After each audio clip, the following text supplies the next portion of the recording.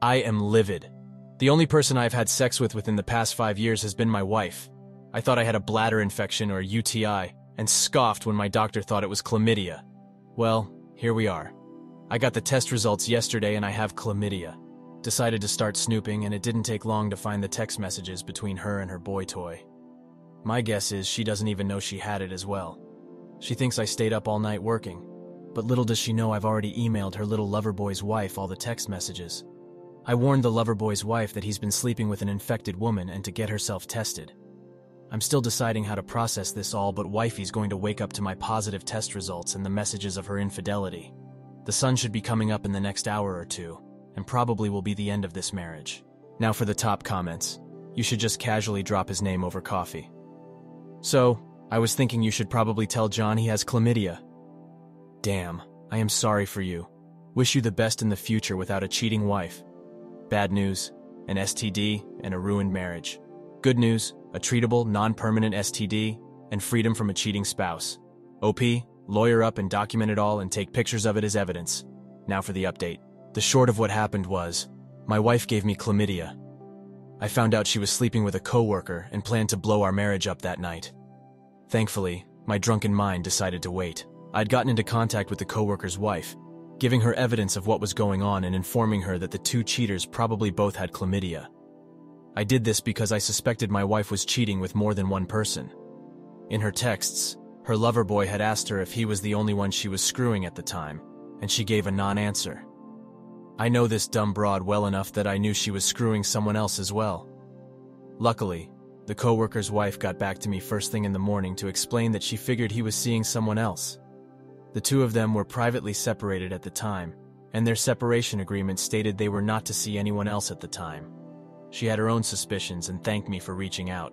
We agreed that she would not confront her husband until I could cover my own ass legally in exchange for the evidence I had of their affair together. She also confirmed to me that her husband didn't have chlamydia, at least when they were still together. I decided to not confront my wife that morning. I pretended everything was fine and dandy while I looked for lawyers and dug deeper to figure out the mystery of the chlamydia caper. I installed a keylogger on my wife's personal computer and quickly got access to a secret email. Where guess what? My wife was talking with someone on a hookup website. The best part was that it solved the mystery, as the man informed her he tested positive for chlamydia and that she probably had it. Even better, these emails were from months before I was infected myself, meaning she knowingly infected me with chlamydia. Disappointed that it was not in fact the chlamydia fairy that caused all this, I have a lawyer. It's not looking well for my soon-to-be ex.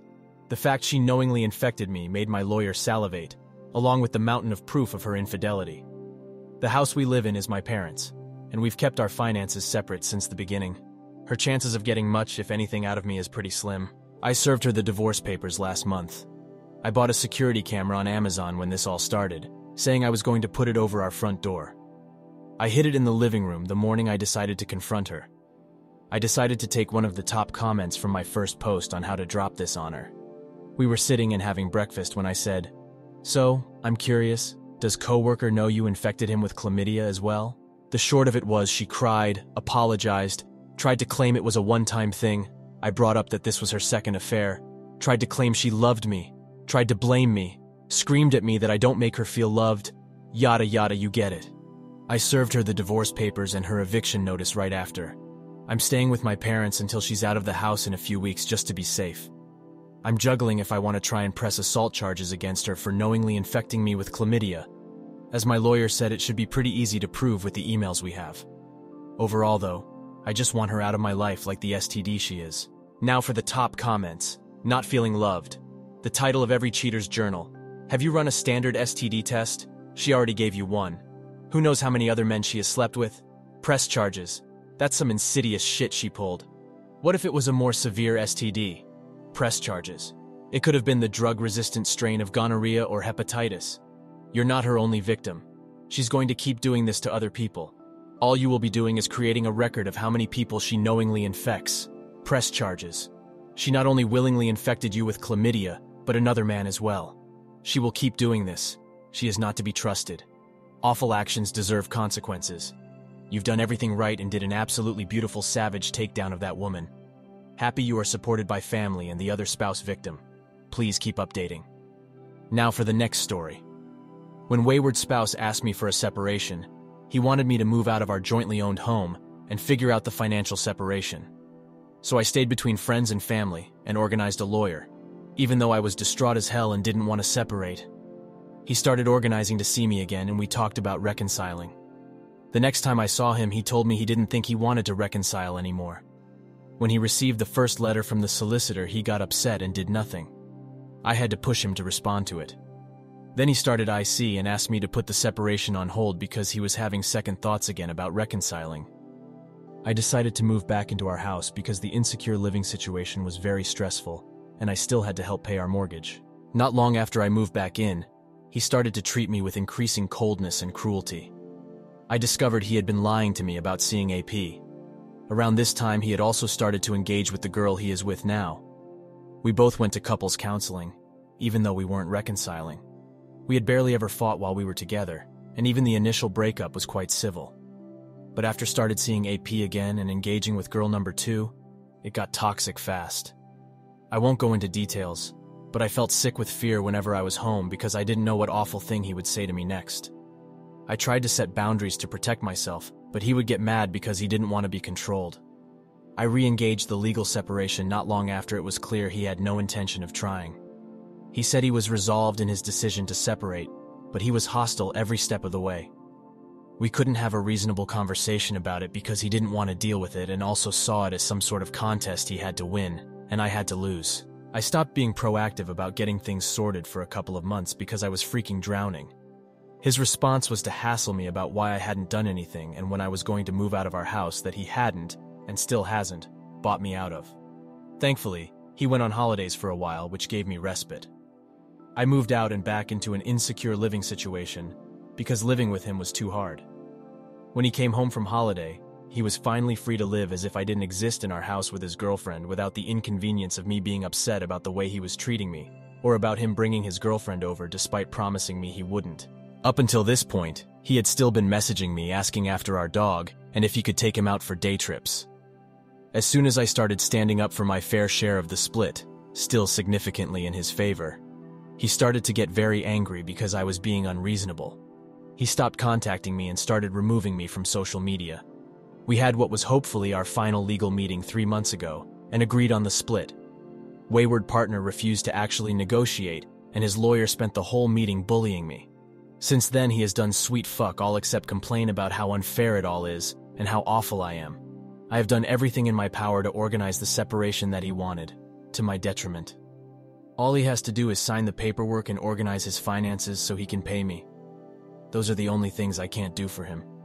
His messages to me a few months ago made it very clear that he now sees himself as the victim in this whole charade.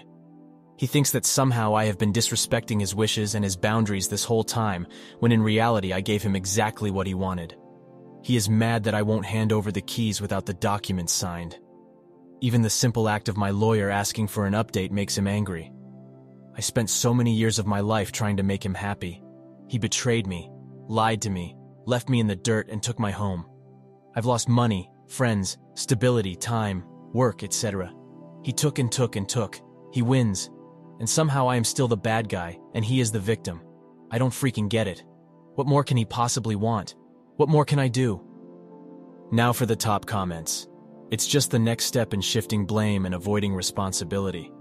He doesn't want to think of himself as the bad guy, or that this is all his fault. That leaves you as the one to blame. Stop giving him so much power. Go no contact and only work through attorneys. I would also relook at everything.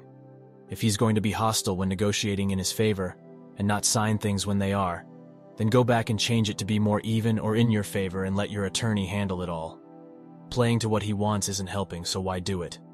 Block him on everything and only communicate via attorneys. This is what self-centered people do. They shift blame to avoid responsibility. They make you the bad guy. It's pathetic, but if you're honest with yourself, this is always who they were.